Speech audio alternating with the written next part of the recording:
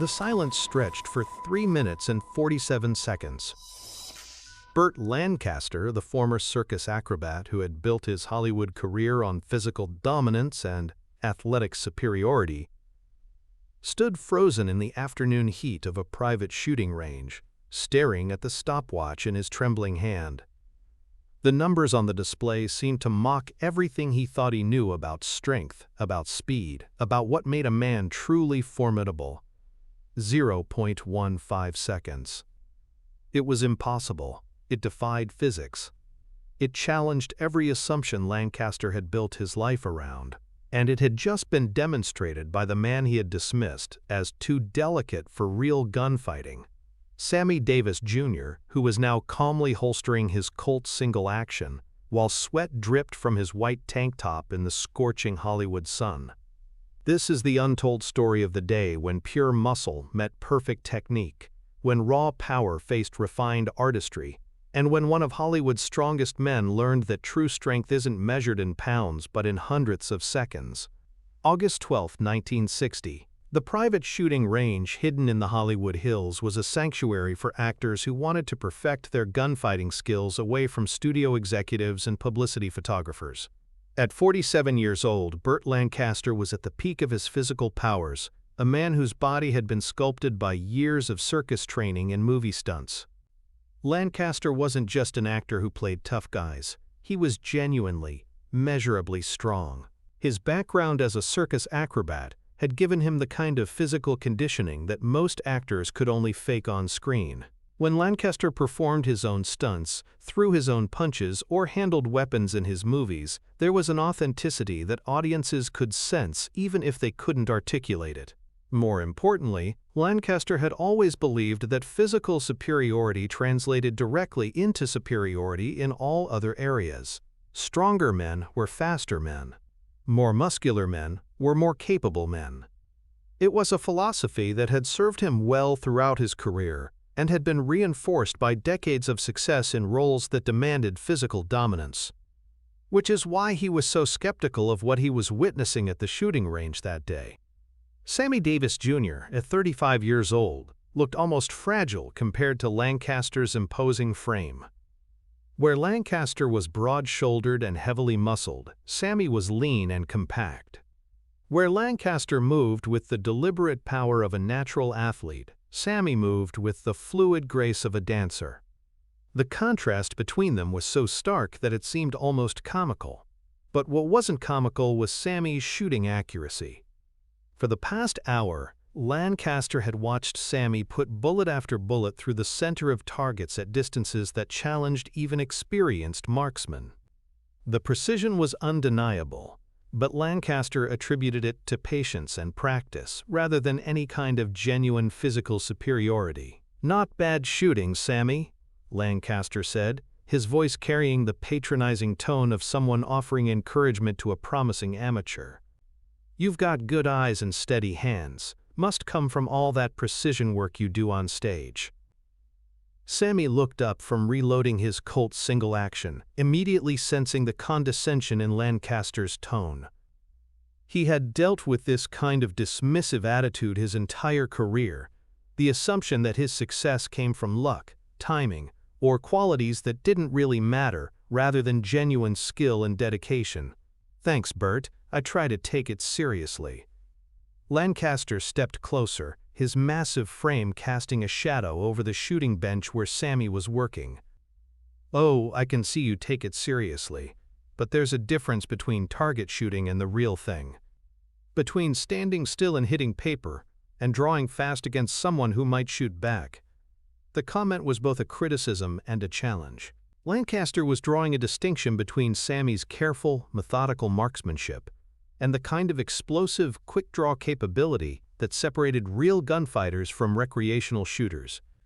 "You think I can't draw fast?" Sammy asked, his voice remaining calm despite the provocation. Lancaster laughed, not mockingly but with the casual confidence of someone who had never met his physical superior. "I think you're built for precision, not speed. Look at you, you're all compact and delicate. Quick draw requires muscle, power, explosive strength. It's about raw physical capability, not finesse. He flexed his own arm, showing off the kind of muscular development that came from years of demanding physical training. See this? This is what generates real speed. Fast-twitch muscle fibers, powerful leverage, the ability to explode into motion faster than your opponent can react. Sammy set down his reloading tools and studied Lancaster with the same intense focus he brought to learning new songs or dance routines. So you're saying speed comes from strength? I'm saying speed comes from power, Lancaster replied, and power comes from muscle. The bigger and stronger you are, the faster you can move when it counts. It's basic physics. The philosophy was appealing in its simplicity and had been reinforced by Lancaster's own experience. Throughout his career, he had dominated other actors physically, and that dominance had translated into success in roles that required convincing displays of strength and speed. But what Lancaster didn't understand was that he was about to challenge someone who had approached the science of speed from a completely different direction. "Want to test that theory?" Sammy asked quietly. Lancaster's grin was confident and slightly condescending. "You want to have a quick draw contest with me? I want to see if your physics theory holds up under actual testing." The shooting range had a standard quick draw setup. 2 shooting positions facing a pair of targets, with electronic timing equipment that could measure draws to the 100th of a second. It was professional-grade equipment used by competitive shooters and stunt coordinators who needed precise measurements. Lancaster took his position first, and even at rest he looked formidable. His shoulders were broader than most men's waists, his arms were thick with muscle, and his stance radiated the kind of physical confidence that came from a lifetime of athletic achievement. "Standard rules," Lancaster announced. "Draw on command. First to fire wins. May the best man or the strongest man prove his point." Sammy took his position, looking almost delicate by comparison. His white tank top revealed arms that were toned and strong, but nowhere near Lancaster's massive proportions. His stance was more fluid, less rigidly athletic, as if he were preparing for a dance rather than a contest of physical dominance. "You sure about this, Sammy?" Lancaster asked, his tone genuinely concerned rather than mocking. "I don't want to embarrass you. I've been training for roles like this for 20 years. "I appreciate the concern," Sammy replied, "but I've been training for this my whole life." The rangemaster called out the standard commands. "Shooters ready. On your mark. Draw!" What happened next redefined everything Burt Lancaster thought he knew about speed, power, and physical capability. Lancaster's draw was impressive by any objective standard. His powerful frame exploded into motion with a kind of athletic grace that had made him famous. His hand moved to his weapon with practiced efficiency. His muscular arm drove the gun toward the target with obvious force, and he fired with the confidence of someone who had never been outclassed in a physical contest. But Sammy Davis, Jr. had already fired and holstered his weapon before Lancaster's gun had even cleared its holster. The electronic timer displayed the results with mathematical precision. Lancaster, 0.72 seconds. Sammy Davis, Jr., 0.15 seconds. Lancaster stared at the display, certain there had been some kind of malfunction. 0.15 seconds was beyond the realm of human possibility. Professional quick-draw champions rarely achieved times under 0.3 seconds. Olympic-level reflexes might reach 0.2 seconds under ideal conditions. But 0.15 seconds suggested capabilities that transcended normal human physiology. "Run it again," Lancaster said, his voice tight with disbelief.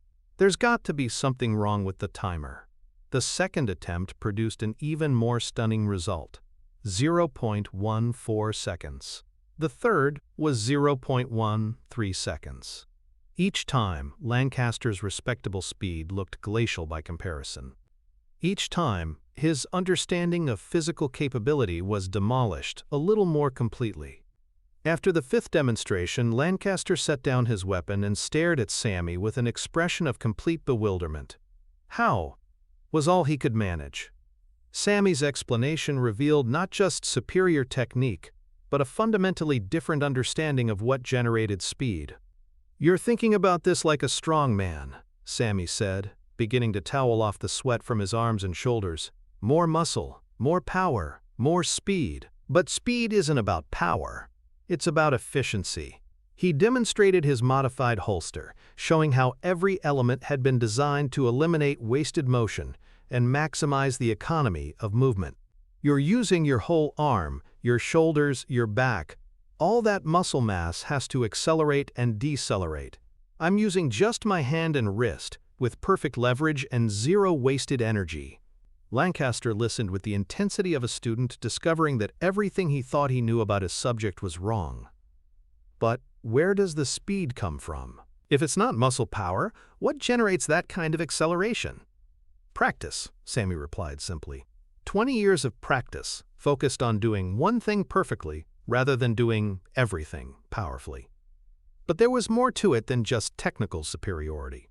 As Sammy continued his explanation, Lancaster began to understand the deeper philosophy that had driven such extraordinary achievement. You learn to move fast by getting stronger, Sammy said. I learned to move fast by getting precise. You approach speed like an athlete trying to break records. I approach speed like a performer trying to stay alive. The survival metaphor wasn't just dramatic language. For Sammy, developing extraordinary skills had always been about commanding respect in situations where respect wasn't freely given. In a white-dominated industry, being merely good wasn't enough. Being great wasn't enough. You had to be so undeniably superior that no one could dismiss or ignore your abilities. Every skill I've ever developed has been about proving I belong in rooms where people don't want me, Sammy continued. When you're fighting for respect every single day, you don't just get good at things. You get impossible at things. Lancaster was beginning to understand that what he had witnessed wasn't just superior technique. It was the product of a completely different relationship with excellence. Where Lancaster had used his natural advantages to dominate others, Sammy had overcome natural disadvantages by achieving levels of mastery that transcended normal human limitations. You know what the most impressive thing is? Lancaster said finally. It's not the speed, it's the control. You're not just fast, you're accurate while you're being fast. That takes a level of neuromuscular coordination that I didn't think was possible. That's the difference between speed for show and speed for survival, Sammy replied. If you're just trying to be fast, you can sacrifice accuracy for speed. If you're trying to stay alive, you need both at the same time. The conversation continued for another 20 minutes, with Lancaster asking detailed questions about training methods, mental preparation, and the biomechanics of achieving such extraordinary performance. It was the kind of technical discussion that might have taken place between two scientists comparing research on human physical limitations. But gradually the conversation shifted from technique to philosophy, and Lancaster began to grapple with the deeper implications of what he had witnessed. I've been thinking about this all wrong, Lancaster admitted. I've been assuming that physical advantages automatically translated into performance advantages. But what you've just shown me is that dedication and precision can overcome raw physical capability. Physical advantages help, Sammy said diplomatically. But they're not the only factor. Sometimes they can actually be a disadvantage if they make you overconfident or prevent you from developing the kind of precision that real mastery requires. Lancaster nodded slowly, processing not just the technical lesson but the broader implications for how he understood success, achievement, and what made someone truly formidable. You've just changed how I think about strength, he said quietly. I've always believed that bigger was better, stronger was faster, more muscle meant more capability. But what you've shown me is that perfection beats power every time. The acknowledgement was enormous coming from Burt Lancaster. It represented not just respect for Sammy's skill, but a fundamental revision of the philosophy that had guided Lancaster's entire approach to physical performance. But the real moment of connection came when Lancaster asked the question that revealed how profoundly the demonstration had affected him. Would you be willing to teach me? Not just the technique, but the approach, the mindset that made this possible? The request was unprecedented. Here was one of Hollywood's most physically gifted performers asking to learn from someone he had initially dismissed as too delicate for serious gunfighting. It was a complete reversal of the power dynamic that had existed at the beginning of their encounter. "I'd be honored," Sammy replied. "But you should understand that what you're asking for isn't just technical training. It's a complete rethinking of how you approach physical skill development." "That's exactly what I'm asking for," Lancaster said. "Because what I've been doing obviously isn't getting me to the level you've achieved." They spent the rest of the afternoon on the shooting range, with Lancaster learning not just new techniques, but a new philosophy of physical development. Instead of trying to overpower the weapon, he learned to work with it. Instead of using maximum force, he learned to use optimal force. Instead of relying on his natural advantages, he learned to develop precision that complemented rather than competed with his strength. By the end of the session, Lancaster had improved his quick draw time from 0.72 seconds to 0.51 seconds, still nowhere near Sammy's level, but a dramatic improvement that came from applying completely different principles. "This is revolutionary," Lancaster said as they packed up their equipment. "You've just shown me that I've been approaching physical performance backwards for my entire career." The encounter between Burt Lancaster and Sammy Davis, Jr. was never reported in trade papers or entertainment magazines. Both men preferred to keep their moments of mutual learning private. But the experience had a profound impact on Lancaster's subsequent approach to physical roles and his understanding of what authentic capability looked like. Lancaster returned to his movie career with a new appreciation for precision over power, for technique over brute force. Those who worked with him noticed a subtle change in his on-screen performances, a refinement that enhanced rather than replaced his natural physical gifts. Sammy, for his part, gained something even more valuable than respect from one of Hollywood's most physically gifted actors. He had proven to himself that excellence could command recognition from anyone, regardless of their initial assumptions or prejudices. Years later, when Lancaster was asked about the most impressive display of physical skill he had ever witnessed, he would always give the same answer. "Sammy Davis, Jr., 0.13 seconds, Hollywood Hills shooting range. And it taught me that everything I thought I knew about strength and speed was wrong." The lesson of that day went beyond quick-draw records or entertainment industry hierarchy. It was a reminder that mastery comes in many forms, that natural advantages can become disadvantages if they prevent continued learning, and that sometimes the most profound education comes from being completely wrong about something you thought you understood. Burt Lancaster had walked onto that shooting range as Hollywood's premier example of physical dominance, confident in his understanding of how strength translated into capability. He walked away with a revolutionary new understanding of human performance, and a deep respect for someone who had achieved the impossible through dedication rather than natural gifts. The 0.15 seconds that had silenced him for nearly 4 minutes had accomplished something that decades of physical training couldn't. It had taught him that true strength wasn't about how much force you could generate, but about how precisely you could apply whatever force was necessary. And in Hollywood, where physical capability was often measured in visible muscle mass and dramatic stunts, that lesson was worth more than any record, any role, or any recognition.